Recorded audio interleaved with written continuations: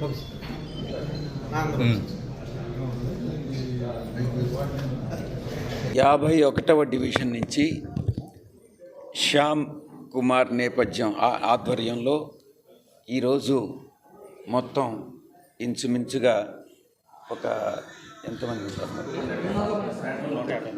150 మంది కార్యకర్తలుగా వైఎస్ఆర్ పార్టీ కుటుంబ సభ్యులుగా పార్టీలో చేర్చుకోవడం అయింది. నిజంగా చాలా సంతోషకరమైనటువంటి విషయం.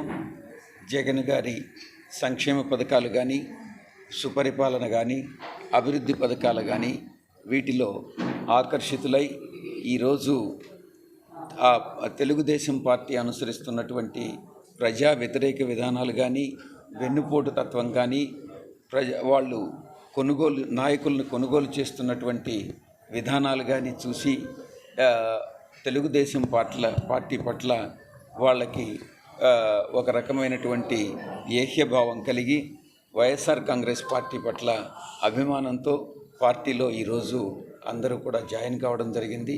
వాళ్ళందరినీ కూడా మేము కుటుంబ సభ్యులుగా ఈరోజు ఎవరైతే చేరారో 51వ వార్డు నుంచి వారందరినీ వైఎస్ఆర్ కాంగ్రెస్ పార్టీ కుటుంబ సభ్యులుగా భావించి వారందరికీ కూడా ఇప్పుడు ఎన్నికలు ఉన్నాయి.